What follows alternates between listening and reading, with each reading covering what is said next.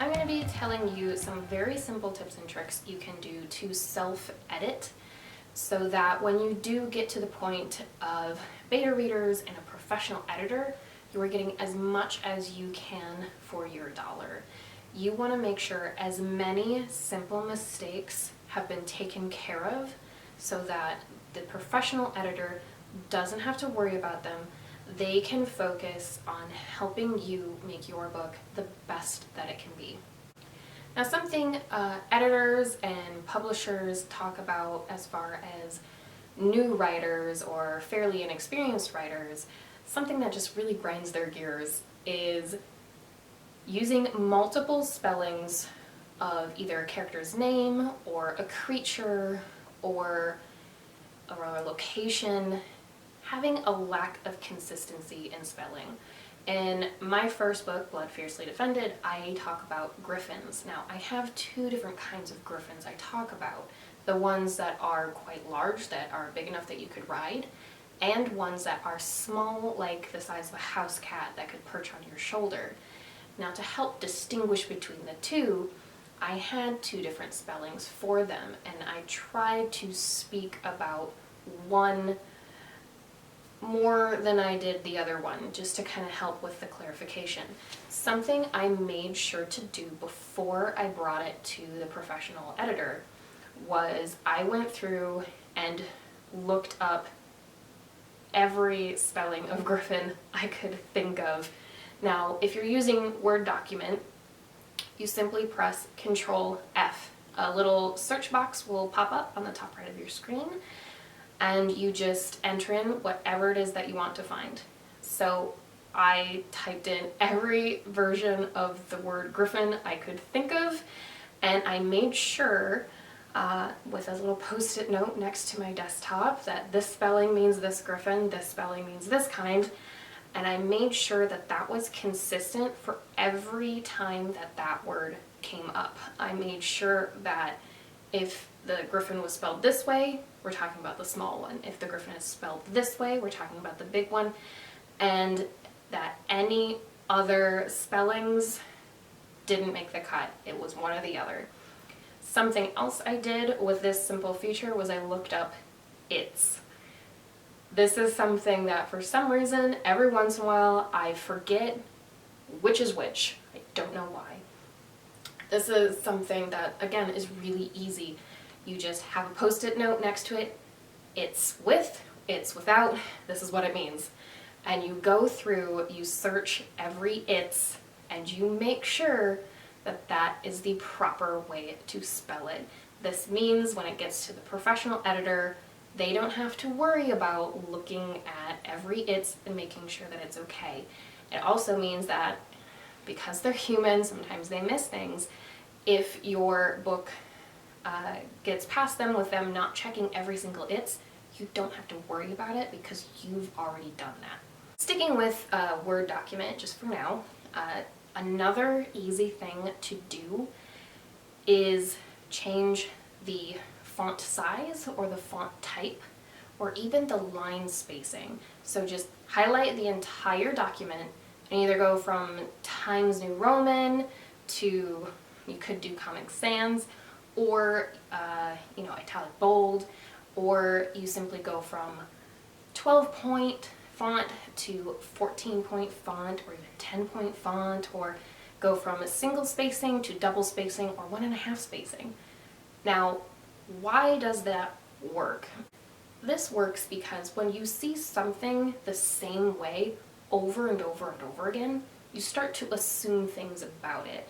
You become blind to mistakes that are there, but because you've glazed over them so many times, you won't see that they're there. This is part of why having beta readers is so important, because you are giving your story to people with fresh eyes. They don't have the bias about it, about you fell in love with this character because of a line of dialogue that they give that you think is great. But your beta reader is going to look at that and see that maybe that character serves no purpose, or that line of dialogue that you really love doesn't actually fit their personality. So having fresh eyes, So trying to give yourself fresh eyes in as many ways as possible is really important. You want to give them, either your beta reader or your editor, whoever, as complete of a version, as a polished version, shall we say, as possible. So by changing the font a little bit, you're going to be looking at it with somewhat fresh eyes. Now, changing the line spacing just means that where something ended on a page and where something began on the page is going to change a little bit, and that's going to be enough of a change for you to see things a little differently and catch a few mistakes that you didn't realize were there. Changing the font size, same thing. If you're used to seeing this word under this word under this word every time you read through, by changing the font size, say a little bigger, now this word underneath is scooted over and this word is now on a whole nother line. So it changes the arrangement of things enough that you'll see things a little different and catch things that you didn't realize were mistakes. Now, I went through all of those different kind of edits, all those different kind of formatting, shall we say, in the Word document, and I thought, yep, we're good, I got it. I don't have any other mistakes, I'm all set. Then I printed it as a hard copy, and it was crazy how having that in a hard copy, I was like, wow, how did I not notice all of these mistakes? It was pretty mind-blowing. So by having it as a hard copy, now this does a couple things. If you're not quite organized in your thinking, having a hard copy means you can circle things really big, you can highlight things that worked, you can make notes in the margins, sorry pen, and you can make notes on the back of the paper as well. So I definitely recommend having margins maybe a little bit wider than you think you need, doing double space as much as you can, and doing it one-sided, all of your printing, so that you have plenty of space for notes. If you are printing at a library, this can get kind of expensive because basically printing your book is going to start costing about as much as a book. So usually it's 5 to 10 cents a page. It may be more in other places, maybe less in others. But when you have a 300-page book and it's 10 cents a page, it starts adding. In Word, you can also do, I'm going to probably do a follow-up video to this. Let me know if you would like it, because in Word there is actually an edit mode, a review mode if you will, where you can highlight things and then add notes to the side that will show up in the margins about what you thought about something, and you can highlight and give your opinions on things. So that's how my editor gave me feedback as far as just storylines went and characters and things like that. They would say things like, this works, this character relationship works well, or this, it starts to slow down here, and they would just let me know that way. And that is a great tool if you really like to go from the beginning to the end and just give notes as you go. I would definitely recommend that. When you are looking at a stack of paper, I found it good too to have a physical copy, because that allowed me to flip through the pages. I could put post-it notes on things to mark certain issues. So if you wanted, you could color code things, get small post-it notes in different colors. Say you could have a different color for every character, or you could have different colors for, say, your main plot, your subplot, your character plots. And then you could mark it. That's actually a really good idea. I'm probably going to do that next time. And what that will help you do is then be able to go, okay, I'm looking at this subplot. Where do I mention that subplot? Where does it, become important? And if you have those things marked physically, you can see in the stack, all right, it takes place here, here, and here. What that would also do is then from a glance, looking at the stack, you can see if almost all of your subplot takes place in the first third of the book and then is barely mentioned throughout the rest. You want to make sure things are kind of even throughout, and that would be a way to be able to kind of visually see where things are. When you have something on Word, it's hard to know those kind of things. You need to keep track of it. You can't just see it at a glance because you have to scroll page by page by page.